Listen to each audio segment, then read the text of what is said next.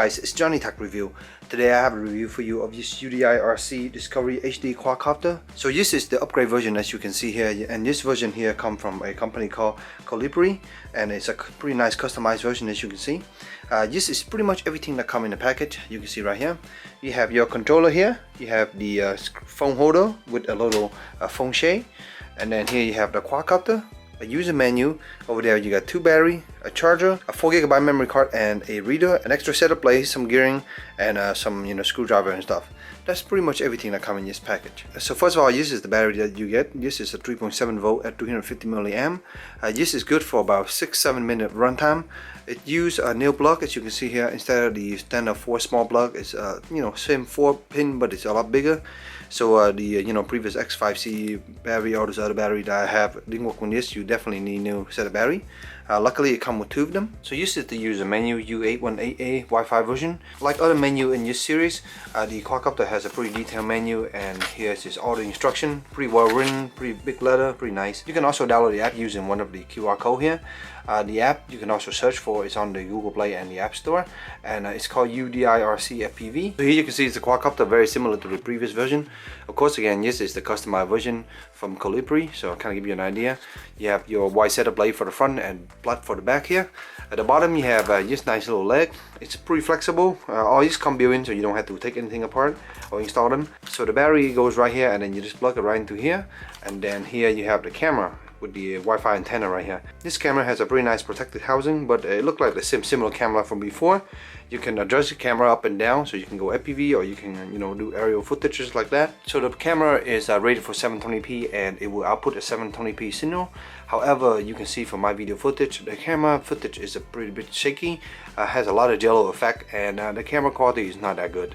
It's okay for this and fun playing around, but it's not very usable for any video production of any type of quality. So if you're just trying to play around with this and kind of get an idea of the area, that's possible. But other than that, it's not a very clear signal. The color is good, but it's pretty grainy and it's pretty shaky. Let's take a look at the controller. The controller is pretty simple setup, as you can see right here.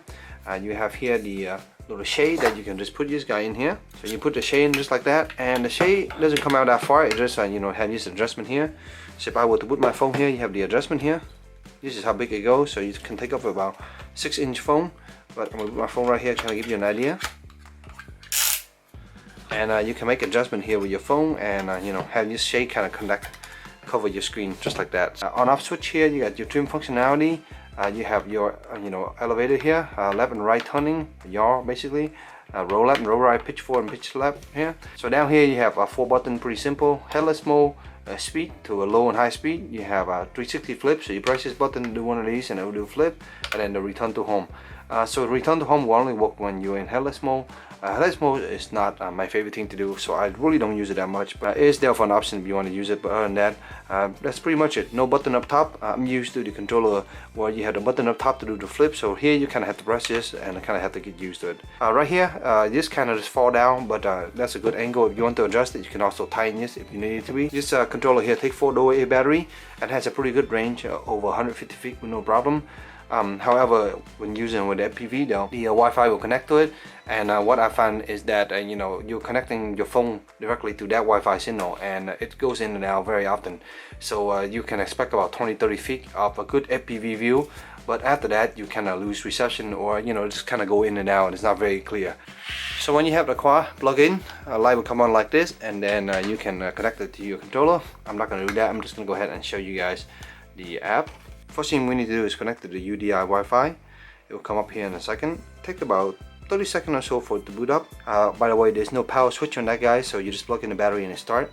UDI FPV right here, just click on that, and once that connect, you can just launch the UDI app. And here we go. And here we have 3 options. We have the let's go in setting and stuff. There's not much in setting. I want to show you the live view here, and here's the live view. So if I were to turn the quad, as you can see, even though next to each other, you can see there's still a little bit of stutter already. So it's 2.4 GHz, so don't expect too much out of it. What's cool about this is you can actually control this via this screen, as you can see, which is pretty cool. So it's a little bit laggy even behind, so I would not use that, but I would rather use the stick. But you do have the option here to just fly using the phone. Up here you have some button to view the photo. Here you have high and low speed. You can power it on and off here.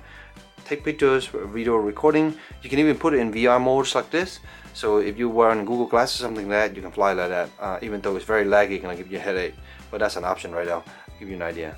And that's pretty much about it. The app is pretty simple to use, and you can control all the functionality from this app, even doing flip up here.